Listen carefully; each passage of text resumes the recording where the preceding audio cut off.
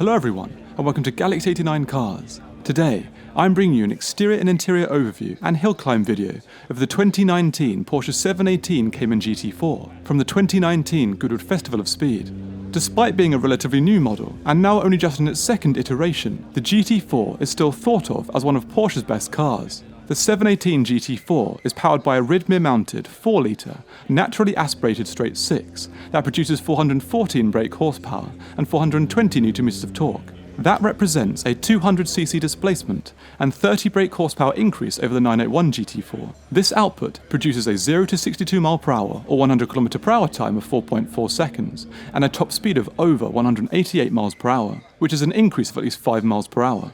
Now focusing on the exterior, it is lowered by 30mm compared to the standard 718 and comes with uprated suspension over the previous GT4. The new lip spoiler at the front ensures the car creates high levels of front downforce, and the dimple design underneath aims to reduce drag as much as possible. Moving around, the car is sitting on new 20-inch front and rear multi-spoke wheels that can be finished in one of 3 colours. The lateral air intakes for the engine have also been extended. At the rear, the car creates up to 40% more downforce than the 981 GT4, thanks to a larger rear wing and diffuser below. Looking at the diffuser itself, we also find the new split, dual-exit, valve-controlled sports exhaust. There's also a new torque vectoring via brake steer system at the rear for enhanced cornering accuracy. Now moving inside, we find the freshly updated interior from the 718 line, with the optional 918-style carbon bucket seats. Centrally, we find one of the key components of the GT4, this 6-speed manual transmission. It features improved ratios over the 981 and rev matching for more precise and emotive shifting.